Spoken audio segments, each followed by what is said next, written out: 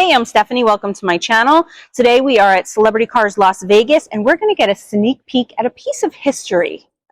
So today we are going to be looking at the 1996 BMW 750iL that Tupac Shakur was murdered in, right here in Vegas. Today I'm going to tell you the history of this car, who actually owned the car, what happened to the car after Tupac was shot and killed in it, how celebrity came to get this car, and what's next for this BMW. Now, if you've been following me on Instagram, you know that Celebrity Cars of Las Vegas, they do not let anybody just come in here and have access to this vehicle. Today, I am getting exclusive privileges, okay? You can look at the car. Normally, it's blocked off. They removed the block for me. You cannot get into this car and sit in this seat. They're giving me special privilege today. I'm going to get in this car. I'm going to sit in that seat that Tupac was shot in, and let's see how it feels. This BMW behind me is probably the most talked about BMW in pop culture. All right, so to get down and dirty, I'm going to introduce you to Scott from Celebrity Cars Las Vegas. Look at this. I am so lucky to be able to hang out with you guys today. How are you? Scott, you just walked in front of the camera. I know, I'm sorry. Well, I don't know. Hey, turn around. Look at this. I know.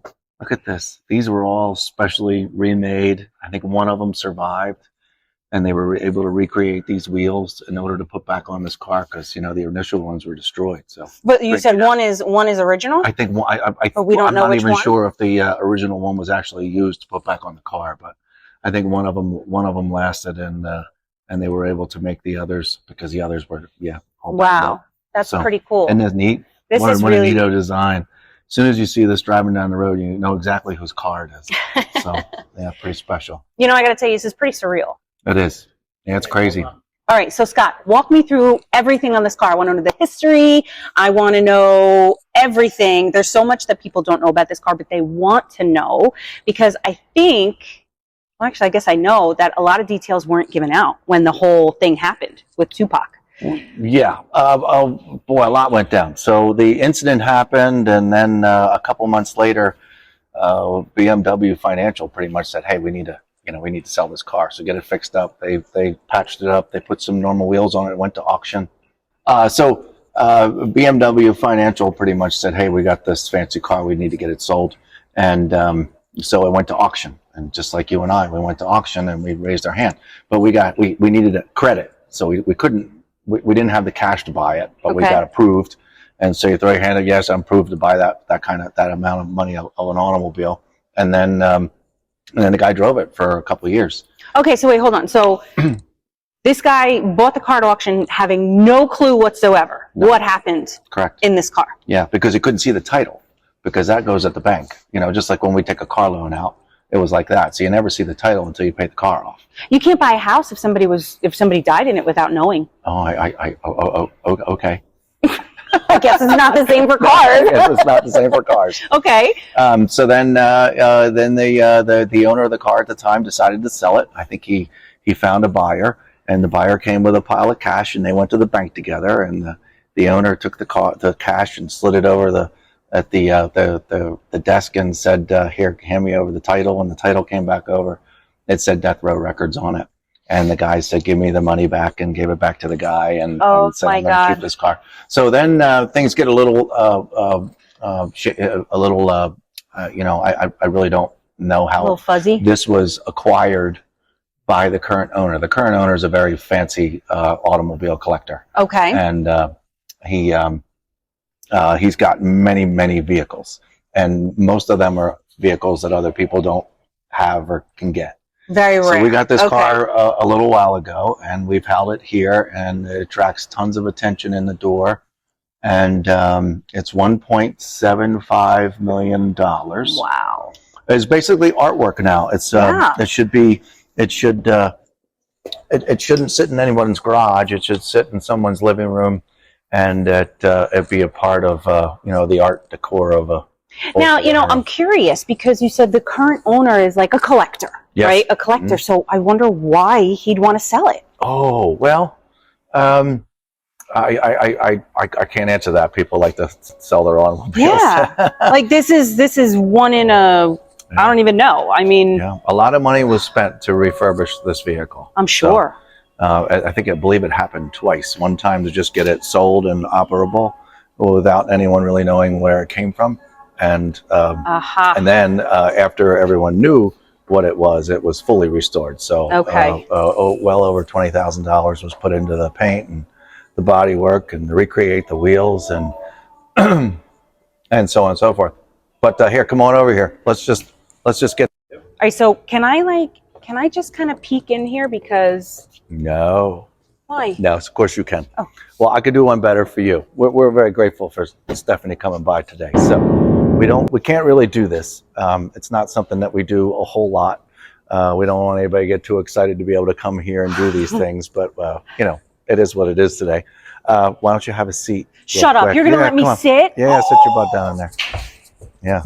Okay, you're actually going to let me sit in this car. It's not a joke. Well, yeah, this is fine. You don't let anybody sit in this car. Hold on. This car's for sale. So, so oh my gosh. if you're kind enough to come by here and stop by and talk about it, then of course you can. Okay, it's like I have to it's brace myself for a moment. It really is. It is quite the moment. Okay. We didn't prepare this, folks. This is. I'm about to sit in the seat where Tupac was shot.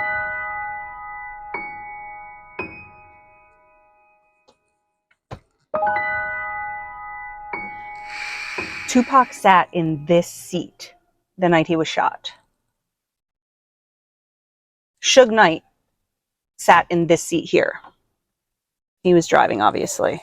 When you think about it, you think about the images, right, that they put out on the news and everything like that. And oh my God, just give myself goosebumps. This is completely surreal. It's definitely history. And let's see. All right, 2024, 1996. So, oh my God.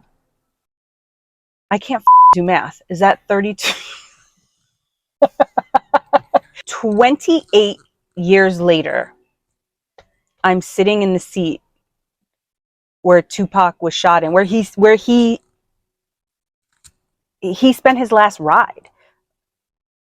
That's just crazy for me to think about. You know, like, I love Tupac. Who doesn't love Tupac? I grew up listening to him.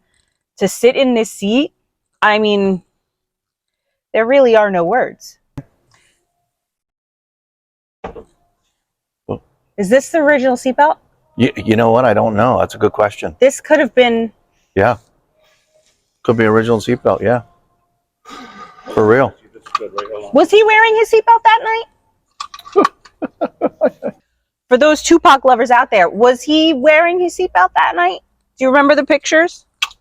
This is a 1996 BMW. And again, 28 years later, look at this car. I mean, it was completely brought back to life.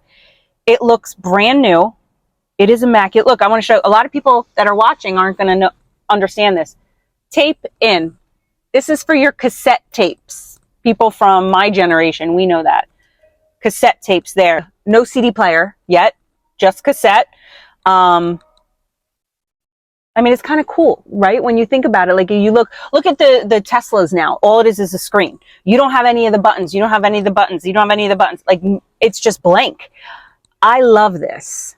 I am extremely grateful to Celebrity Cars of Las Vegas because they gave me this honor. They allowed me to sit here. They don't let anybody sit here. I'm kind of afraid to move. I'm being very, very delicate, but this is definitely an experience of a lifetime, and I am definitely grateful. If you are interested in more information about the car, go to Celebrity Cars Las Vegas website. The link is included, and find out everything you want to know.